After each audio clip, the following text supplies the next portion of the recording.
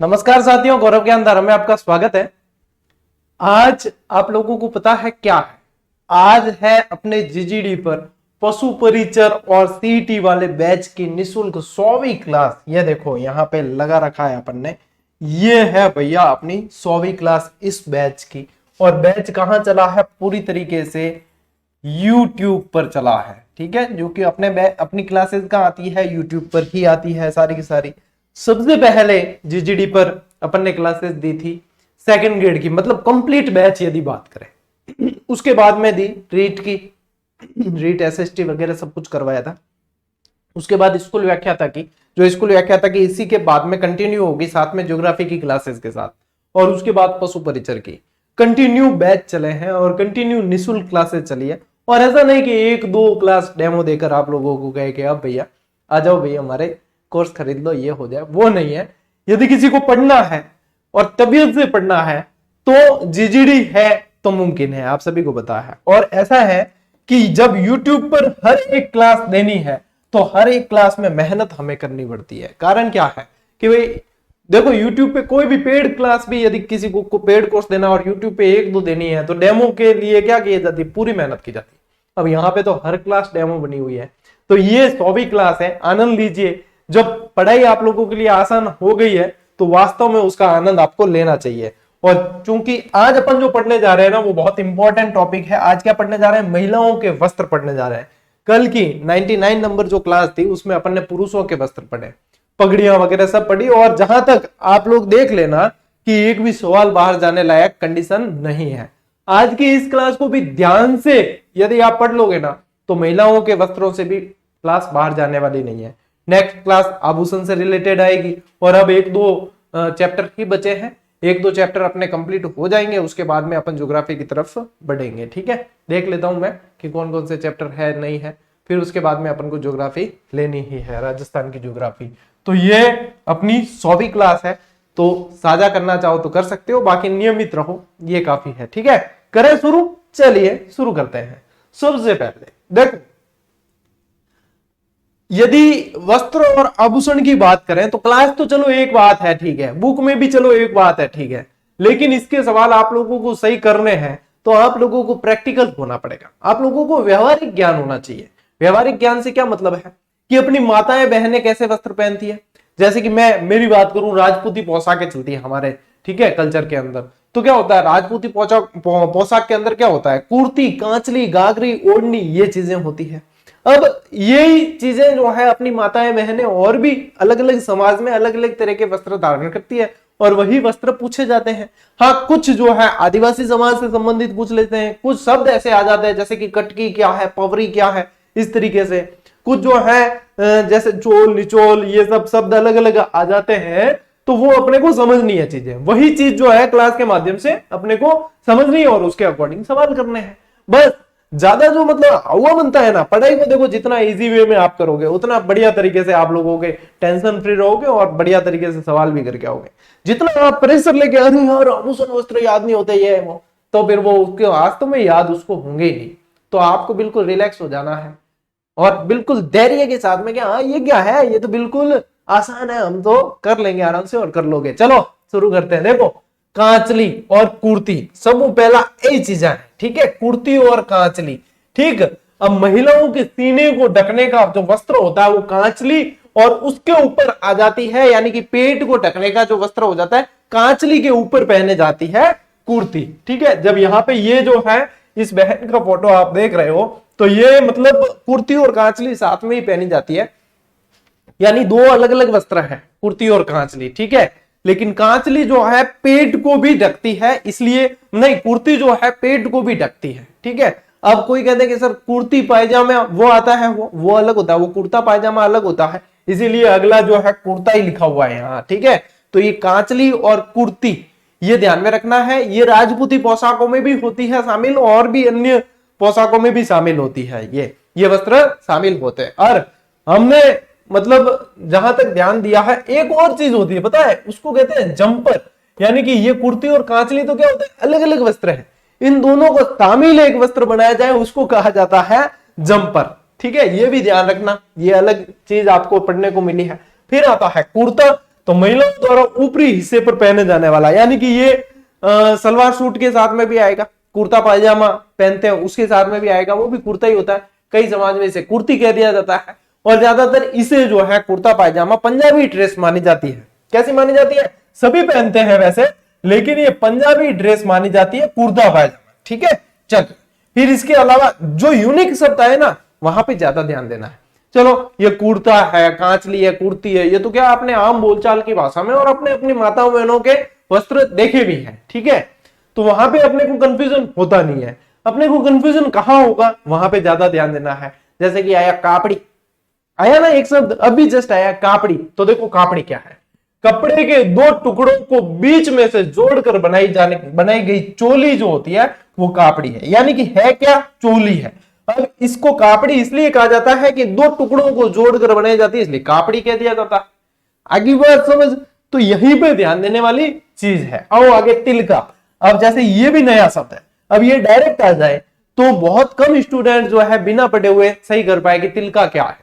तो तिलका भी महिलाओं का वस्त्र है जो स्पेशल मुस्लिम समाज की महिलाओं में पहना जाता है। तो देखो, मुस्लिम समाज में महिलाओं द्वारा चूड़ीदार पायजामे पर पहने जाने वाला वस्त्र कहलाता है तिलका, यानी कि चूड़ीदार पायजामा नीचे पहनते हैं और उसके ऊपर जो पहने जाने वाला वस्त्र है उसे तिलका कहा जाता है।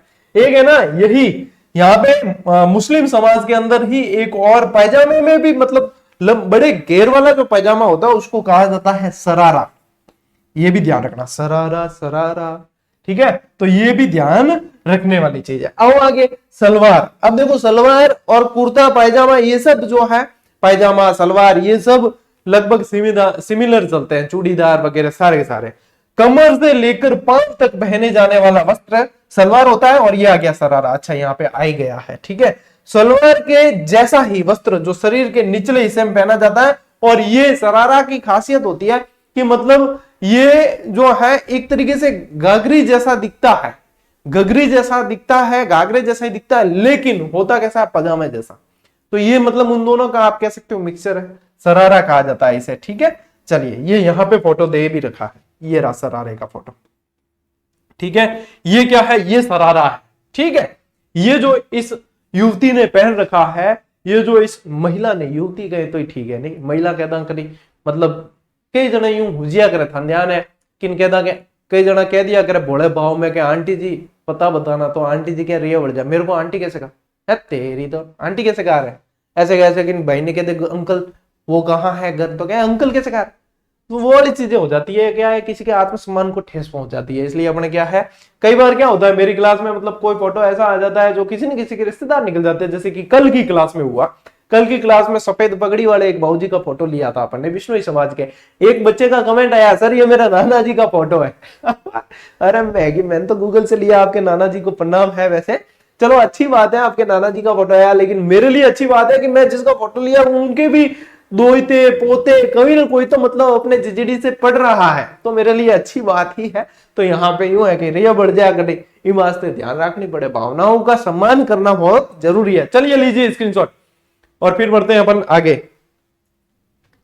चलो, अब देखो घाघरा और घाघरे का ही मतलब कह सकते हो थोड़ा सा छोटा रूप घघरी। ठीक है, तो घघरी कुंवारी बच्चियों द्वारा घुटनों तक पहने जाने वाला वस्त्र कहलाता है घघरी। अब कोई कहता है कि गुरुजी स्कर्ट क्या है? बिन, अरे स्कर्ट अलग होती है और घाघरे के जैसा होता है वो होती है घघरी।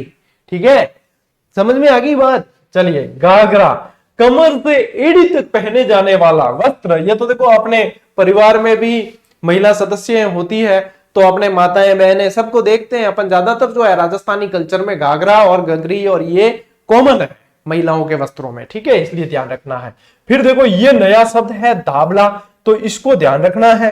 ग्रामीण क्षेत्रों में प्रचलित ऊनी घाघरे, कहां पे फोकस करना है? ऊनी घाघरे धाबला कहलाते हैं। लगाओ इंपॉर्टेंट। देखो ये इनके ये धौलीमीना जी है वैसे। ठीक है, विदेशी सरजमी पे भी ये राजस्थान के कल्चर को आगे लेकर जाती है, तो वास्तव में सम्मान है इनको। और ये धौलीमीना जी के जो पहने हुए ये घघरी ओढ़नी है। ठीक है, और जो अपन कहते हैं ना लुगड़ी वगैरह वो, तो देखो ओढ़नी या लुगड़ी महिलाओं द्वारा सिर तथा अन्य वस्त्रों को ढकने वाला जो वस्त्र होता है वो लुगड़ी। जैसे ये ऊपर पहने जाती है ना, ओढ़नी, ओढ़ना, लुगड़ी, ये सारी चीजें यहाँ पे अपन को ध्यान में रखना है। अब पढ़ने में कैसी है, इजी है बिल्कुल। इसलिए कहा है कि इन क्लासेस में आप लोगों को लोड लेने की जरूरत नहीं है, ना ही रटने की जरूरत है। सिर्फ और सिर्फ करना क्या है, ध्यान से सुन लिया ना तो भी सवाल आपके सही। फिर देखो पीला, पीला क्या है, पीले रंग का वस्त्र, ठीक है। तो पीला रंग का मतलब पीला का रंग कैसा होता है, केसरिया होता है, यानी कि पीला पीला ही होता है, पीले से ही बनता है केसरिया। पीले को बच्चे के जन्म के अवसर पर पहना जाता है और इसी को कह दिया जाता है कई जगह पीरिया और कई जगह कहा जाता है पीलिया, ठीक है। आगे आएगा, अभी अपने आगे एक स्लाइड में आएगा भी सही, ठीक है। तो ये जो है, ये आप देख पा रहे हो, ये पीलिया कहलाता है, पीला भी कह दिया जाता है। एक ये पोमचा बहुत इंपॉर्टेंट है, ठीक है, पोमचा बहुत इंपॉर्टेंट है, मोस्ट इंपॉर्टेंट लगा देना। पोमचा का रंग पीला होता है और पोमचा नवविवाहित वधु द्वारा ओढ़ा जाता है। नवविवाहित वधु द्वारा ओढ़े जाने वाला वस्त्र पोमचा है और ये भी पीला। पीला पोमचा का सर्वाधिक प्रयोग जाट समाज की महिलाओं द्वारा किया जाता है। अपनी जाट समाज की जो माताएं बहनें हैं उनके द्वारा जो है पीलिया यानी कि पोमचा, पीला पोमचा, तो पीले पोमचे का ज्यादा प्रयोग किया जाता है, ठीक है। चलिए लीजिए स्क्रीनशॉट। चलो बढ़े आगे। आओ देखो, अब देखो यहां पे जो ध्यान देने वाली चीज है ना, ये बहुत पूरी स्लाइड इंपॉर्टेंट है, क्योंकि यहाँ पे पोमचे की भी वेराइटी है और मोठड़ा एक शब्द आया है आगे, वो बहुत ज्यादा इंपॉर्टेंट है, जहां से प्रश्न बनते हैं, ठीक है। चलो समझते हैं। पीला पोमचा का सर्वाधिक प्रयोग जाट महिलाएं करती है, चलिए ये पढ़ लिया। तथा पीला पोमचा शेखावाटी का प्रसिद्ध है। इसके अलावा देखो चीड़ का पोमचा, इसमें क्या होता है, इस पोमचे का रंग काला होता है। कैसा होता है, चीड़ का पोमचा काला, जिसका प्रयोग हाड़ौती क्षेत्र में विधवा महिलाओं द्वारा किया जाता है। काला जो पोमचा होता है वो हाड़ौती के अंदर विधवा महिलाओं द्वारा किया जाता है।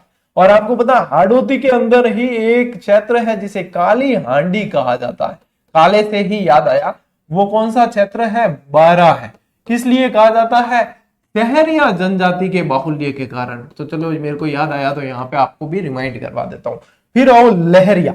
वैसे लहरिया जो है, ज्यादातर आपने पगड़ियां जैसे पढ़ी, तो लहरिया जो है श्रावण महीने में वगैरह ज्यादा पहना जाता है। महिलाओं में भी लहरिया श्रावण में ज्यादा ओढ़ा जाता है। इसके अलावा देखो, इसका प्रयोग पगड़ी और ओढ़नी दोनों के रूप में होता है।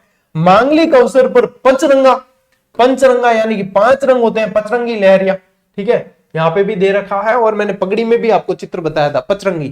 कई जना कहते हैं मार पचरंगी सापू बांधो, यानी कि 5 रंग क्या होता है वो, ठीक है। पचरंगा लहरिया सर्वश्रेष्ठ माना जाता है और लहरिया स्त्रियों द्वारा श्रावण मास में, ठीक है, श्रावण मास में तीज के अवसर पर अधिक ओढ़ा जाता है। और तीज के अवसर पर एक तो लहरिया और एक झूला, ये 2 महिलाओं के लिए विशेष माने जाते हैं। एक तो झूला खाने का महत्व और एक लहरिया ओढ़ने का, स्पेशली कब, श्रावण मास में, ठीक है। चलिए, इसके अलावा यहां मोठड़े में मोस्ट इंपॉर्टेंट लगाना, क्या लगाना है, मोस्ट इंपॉर्टेंट, लहरिये की धारियां आपस में एक दूसरे को काटे। लहरिये की धारियां आपस में एक दूसरे को काटे तो ये क्या कहलाएगी, मोठड़ा कहलाएगी। तो ये क्या कहलाएगी, मोठड़ा कहलाएगी, इस तरीके से, ठीक है। तो ये क्या कहलाएगी, लहरिये की धारियां आपस में काटेगी, तब ये मोठड़ा कहलाएगी। और मोठड़ा जोधपुर का विशेष रूप से प्रसिद्ध है। अब ये भी प्रश्न बनते हैं, मोठड़ा क्या है, महिलाओं का वस्त्र है, ठीक है ना। चलिए लियो भाई स्क्रीनशॉट।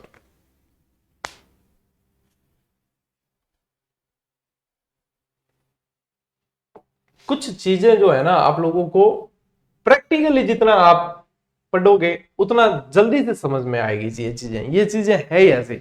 अब इसमें यूं है कि आप जब तक प्रैक्टिकल नहीं होंगे, व्यवहारिक ज्ञान आप लोगों को नहीं होगा ना, कल्चर से रिलेटेड स्पेशली। और कल्चर में अच्छा, कल भी कई विद्यार्थी कह रहे थे कि सर अब तो मतलब कला संस्कृति बहुत हो गई, हम बोर होने लग गए, तो आप भूगोल शुरू कर दो। तो भैया आप बोर होने लग गए तो यानी कि आप बोर हो रहे हो, इसका मतलब जरूरी थोड़ी है कि दूसरे भी बोर हो रहे हैं। ऐसे कई विद्यार्थी है जो बोर नहीं होते, वो सिलेक्शन की दौड़ में निश्चित रूप से आगे रहते हैं। अब मैं यहाँ पे ये क्लासेस बंद करके ज्योग्राफी शुरू कर दूं, फिर आप ही कहोगे सर फलानी क्लास रहेगी, सर ढिकनी क्लास रहेगी, वो रहेगी, जब मैं पूरी करवा रहा हूं। मतलब देखो कलयुग कैसा है, जब करवा रहे ना पूरा तो भी सब्र नहीं है कि हाँ भाई मास्टर तो करा रही हो, तो भी छोरा छोरिया हम सब्र कौन है, गुरुजी ज्योग्राफी कराओ ज्योग्राफी कराओ, और ज्योग्राफी भी शुरू कर देंगे ना, आधी ज्योग्राफी क्लास होगी, फिर कोई तीसरी आगे गुरुजी वो कराओ वो कराओ वो कराओ। ए देखो छोटे टावरे वाली है ना, ए छोटा टावर जो छुट्टियां मांगे ना स्कूल में, सर पानी पीने जाऊं, सर पेशाब करने जाऊं, बे वाला काम करो थे। और बन मतलब ज्यादा छुट्टियां मांगे तो माने भी डांट पड़े और थाने भी लखन देखो एडा नहीं रखना है, ठीक है, समझ गया। आओ भाई पवरी, और एक और ध्यान में रखना कटकी, ठीक है, ये वैसे आदिवासी महिलाओं के वस्त्र है। देखो पवरी जो है दुल्हन की लाल व गुलाबी रंग की चुनरी पवरी कहलाती है, और ये अविवाहित महिलाएं पहने, ठीक है, तो वो कटकी कहलाएगी। क्या? अविवाहित, अविवाहित महिलाओं के पहनने पर यह कटकी कहलाती है, और विवाहित महिलाएं पहनेगी तो वो पवरी कहलाएगी। आदिवासी समाज में दोनों ज्यादा प्रचलित है, ठीक है। इसके अलावा देखो धनक, बड़ी बड़ी चौकोर बूंदों से युक्त अलंकृत धनक कहलाती है, बड़ी बड़ी चौकोर बूंदों से। और फिर चुनरी, ये चुनरी है, ठीक है, बूंदों के आधार पर बनी डिजाइन चुनरी कहलाती है। आहड़ उदयपुर में भीलों की चुनरी छपती है। इसके अलावा ये ध्यान रखना, ये चुनरी जो होती है ना, ये एक तरीके से बंदेज होती है। क्या होती है? बंदेज होती है। बंदेज किसे कहा जाता है? इसको बांधनी भी कह दिया जाता है, बांधनी भी कह दिया जाता है। ये क्या होता है? टाई एंड डाई वाली थ्योरी होती है, मतलब जिस चीज को नहीं रंगना है उसको जैसे पकड़ के और फिर धागे से लपेट दिया जाता है, और वो बहुत सारी छोटी छोटी ऐसी मतलब बना के और फिर रंगा जाता है। फिर वो धागा खोलते तो वो चीज तो रंगी नहीं होती है, और बाकी जो रंग जाती है फिर वो इस तरीके से ये जो होती है चुनरी, और इस तरीके से बंदेज वगैरह वो बनती है ना, बंदेज इस तरीके से छापी जाती है, ठीक है। चलिए इसके अलावा देखो नातनो, पानी छानने का वस्त्र होता है। अपार अटे कह दिया करे, गन्नो कह दिया करे, ठीक है। अब आप लोग कहोगे कि सर गन्ना तो जो होता है वो फसल है, शक्कर निकाली जाती है जिससे शक्कर बनाई जाती है, वो भाई इसे भी गन्ना कह दिया जाता है। और क्षेत्रीय भाषाओं में उसके और नाम है, ये भी मैं कह दूं, क्षेत्रीय भाषाओं में पानी छानने का जो कपड़ा होता है उसके और भी नाम होते हैं, ठीक है। जैसे कि यहाँ पे क्या आया है? नातनो, ठीक है। इसके अलावा देखो साड़ू, साड़ू क्या है? सधवा स्त्रियों के ओढ़ने का सुंदर और कीमती वस्त्र। यहाँ पे ये जो है ये नाम कैसे आ सकते हैं आपके? धनक, ठीक है, साड़ू, ये सारे नाम आ गए अलग अलग। फिर पूछेंगे ये निम्न में से क्या है, इस तरीके के प्रश्न बनते हैं, ठीक है। फिर देखो चिनोटियो, पुत्र के जन्म पर, पुत्र के जन्म के अवसर पर पुत्र की माता द्वारा ओढ़े जाने वाला मांगलिक वस्त्र क्या कहलाता है? चिनोटियो कहलाता है, ठीक है। इसके अलावा डोरी, जामे की तरह पहने जाने वाला वस्त्र, इसका प्रचलन मेवाड़ में सर्वाधिक है। किसका? डोरी का। जो नए शब्द है उन पे ज्यादा ध्यान देना, क्योंकि नए शब्दों से प्रश्न बनेंगे तो आप लोग आगे रहोगे, ठीक है। फिर इसके अलावा देखो बडूली, वर पक्ष की ओर से वधु पक्ष के लिए भेजे जाने वाली चूनड़ होती है। वैसे इसको जैसे ये कहलाती है वरी, वरी पटला होता है ना, वरी पटला बडूली कहलाती है, इसको कह दिया जाता है वरी, ठीक है। ये वरी जो होती है यही वर पक्ष वाले लेकर जाते हैं, जो युवती पहनकर उसी जो है फेरे वगैरह उस वरी में ही खाती है। और फिर वरी पटला, यानी कि पटले में क्या होता है और भी सामान होता है साथ में, ये वरी पटला होता है, ठीक है। चलिए लीजिए स्क्रीनशॉट।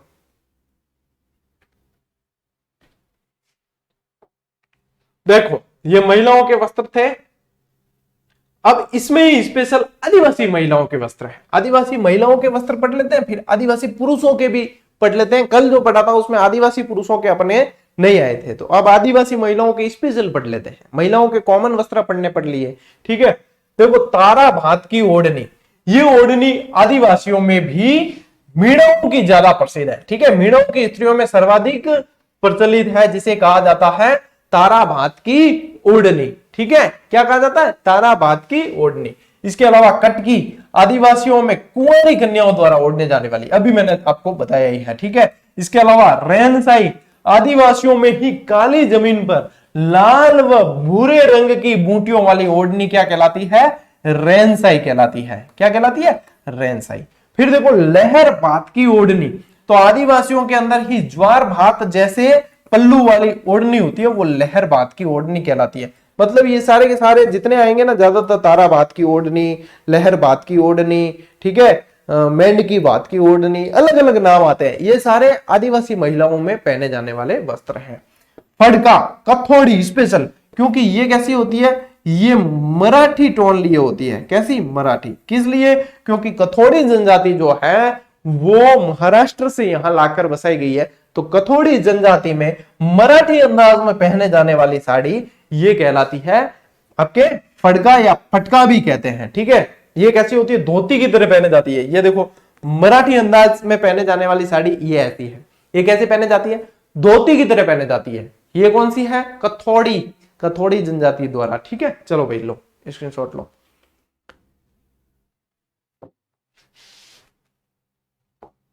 आदिवासी महिलाओं वाले चल रहे हैं, देखो। फिर देखो जामसाई, अभी रैनसाई पढ़ा था, ये जामसाई आदिवासियों में विवाह के अवसर पर कुंवारी कन्याओं द्वारा पहने जाने वाली क्या कहलाती है, जामसाई। इसके अलावा कच्छाबू, क्या कच्छाबू भीलों में महिलाओं द्वारा घुटने तक पहने जाने वाला अधो वस्त्र है। मोस्ट इंपोर्टेंट लगाना इसके, क्या लगाओगे, मोस्ट इंपोर्टेंट अधो वस्त्र है और महिलाओं द्वारा घुटने तक पहने जाने वाला अधो वस्त्र, स्पेशली भील जनजाति के अंदर।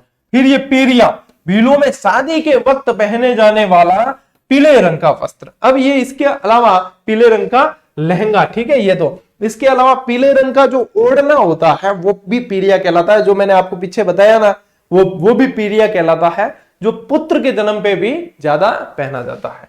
फिर देखो इसके अलावा सिंदूरी, तो भीलों में शादी के वक्त पहने जाने वाला जो लाल रंग का वस्त्र होता है, जो साड़ी होती है, वो कहलाती है सिंदूरी। और इसके अलावा नांदना, ये नांदना में मोस्ट इंपोर्टेंट लगाना बहुत इंपॉर्टेंट है। यह आदिवासियों द्वारा प्राचीनतम वस्त्र माना जाता है, नांदने। और बताओ आप लोग कमेंट करके कि नांदने कहाँ के प्रसिद्ध है, मैंने ये पढ़ा रखा है। ठीक है, नांदने कहाँ के प्रसिद्ध है, कौन जानता है, देखा नांदने कहाँ के प्रसिद्ध है, ये आप लोगों के लिए टास्क है। ठीक है, चलिए स्क्रीनशॉट लीजिए और अपन बढ़ते हैं आगे। अब आदिवासी पुरुषों के वस्त्र भी देख लेते हैं। फालू, भीलों द्वारा शरीर को ढकने वाला अंगोछा जो होता है वो कहलाता है फालू। और अंगोछा स्पेशल अलग से भी पढ़ लेते हैं। तो सिर पर बांधने वाला वस्त्र आदिवासियों में कैरी भात का अंगोछा बड़ा प्रसिद्ध है। ठीक है, अंगरखा, कल अंगर की पढ़ी थी ना अपन ने, अंगर की जिसे बुगतरी भी कहा जाता है, आज पढ़ते हैं अंगरखा। आदिवासियों द्वारा शरीर पर पहने जाने वाला वस्त्र जो है वो अंगरखा कहलाता है। ये डेपाड़ा और खोइतू, ये दो मोस्ट इंपॉर्टेंट है, ये दोनों डेपाड़ा और खोइतू। मान लीजिए यहां से तो फिर भी नहीं बने, लेकिन डेपाड़ा और खोइतू से प्रश्न बनते हैं। देखो डेपाड़ा क्या है, भीलों द्वारा पहने जाने वाली तंग धोती, ये कहलाती है आपके डेपाड़ा। और खोइतू क्या है, भीलों द्वारा पहने जाने वाली ढीली धोती या लंगोटी, इसको कहा जाता है खोइतू। ठीक है, यानी कि डेपाड़ा होती है तंग धोती और खोइतू होती है ढीली धोती, जिसे लंगोटी भी कह सकते हैं। ठीक है, घुटनों तक पहने जाने वाली, ये भी कह सकते हो आप। फिर इसके अलावा पोत्या, तो पोतिया तो आप सभी को पता है कि सापे का ही नाम है।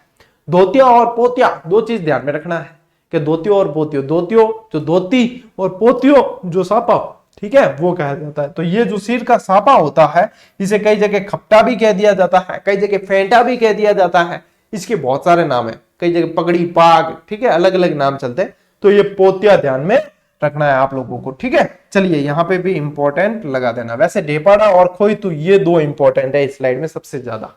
ठीक है, चलिए लीजिए इसके शॉट। आदिवासी पुरुषों के वस्त्र भी इसी के साथ में आ गए आपके।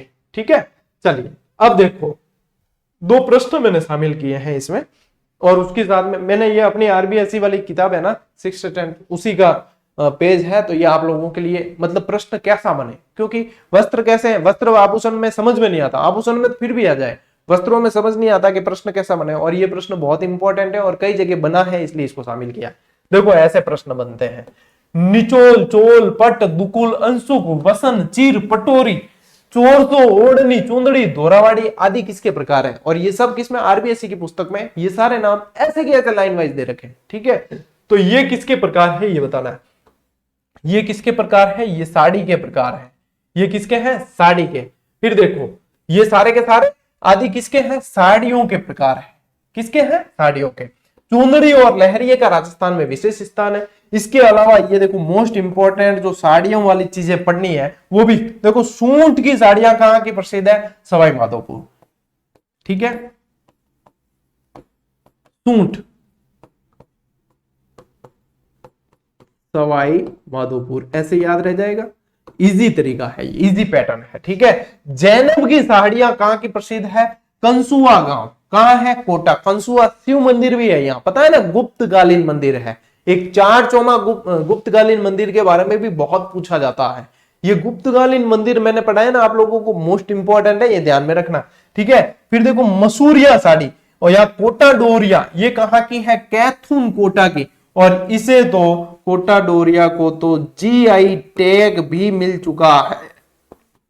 अब कोई नहीं पूछे कि जीआई टैग क्या होता है, क्योंकि मैं इतनी बार बता चुका हूं और जीजीडी फैक्ट में भी दिया है, ठीक है। अभी जो 5 जीआई टैग स्पेशल दिए थे तब भी दिया है, कोप्तगिरी वगैरह सारे सब बताए थे, कसीदाकारी वगैरह वो सब।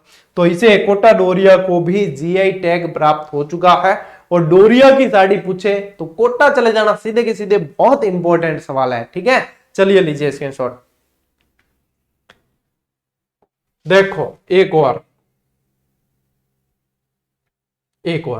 नवजात शिशु की मां के लिए मातृ पक्ष द्वारा बेटे के जन्म पर किस रंग का पोंचा देने की परंपरा है? बताओ, बेटे के जन्म पे किस रंग का? तो बेटे के जन्म पे तो पीला पोंचा दिया जाता है और बेटी के जन्म पे गुलाबी पोंचा, ठीक है। ये दोनों चीजें ध्यान रखनी है। देखो राजस्थान में पोंचा वंशवृद्धि का प्रतीक माना जाता है। बेटे के जन्म पे कैसा? पीला। और बेटी के जन्म पे देखो ज्यादातर आप देखोगे पिंक, यानी लड़कियों का फेवरेट कलर। और जहां बेटियों की बात हो तो वहां पे पिंक कलर आएगा ही। तो ये बेटी के जन्म पे गुलाबी पोंचा देने की परंपरा है। पोंचा जयपुर की प्रसिद्ध है, जबकि पीला पोंचा शेखावाटी में।